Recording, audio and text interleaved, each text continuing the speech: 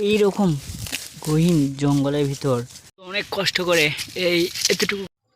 আসসালামু আলাইকুম।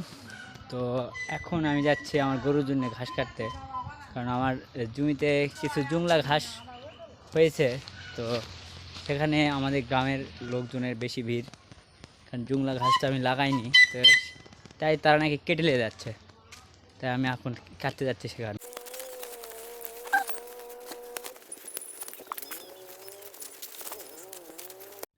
তো আমি চলে আসছি আমার সেই ঘাসের জমিতে।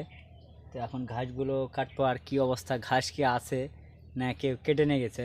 তো এ হলো ঘাস, আমার জংলা ঘাস। সাইডে পাকচুনে ঘাসগুলো লাগাইছে। তো আগে এইগুলো সাফ করব, মানে এগুলো কাটবো। তো চলেন ঘাসগুলো কাটি।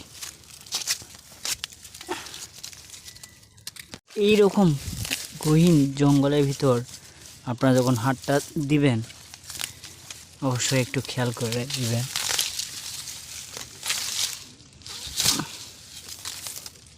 এতে বিভিন্ন ধরনের সাপ থাকতে পারে।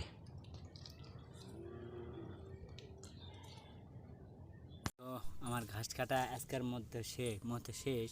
তো কিছু ঘাস রেখে দিছি, এই ঘাসগুলো রেখে দিছি। এগুলো অনেক কষ্ট করে এই এতটুকু ঘাস কাটলাম, কারণ অনেক কাজের চাপ।